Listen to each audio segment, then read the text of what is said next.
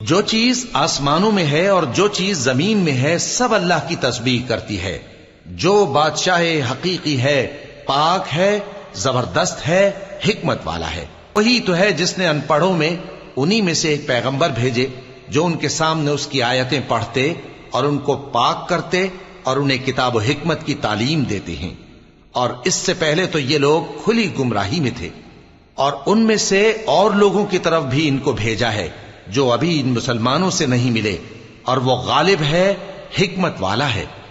ये अल्लाह का फजल है, जिसे चाहता है अता फरमाता है, और अल्लाह बड़े फजल का मालिक है। लोगों को तौरात का हामिल बनाया गया, फिर उन्होंने उसके हामिल होने का हक अदा न किया। उनकी मिसाल गधे की सी है जिस पर बड़ी बड़ी किताबें लदी हों।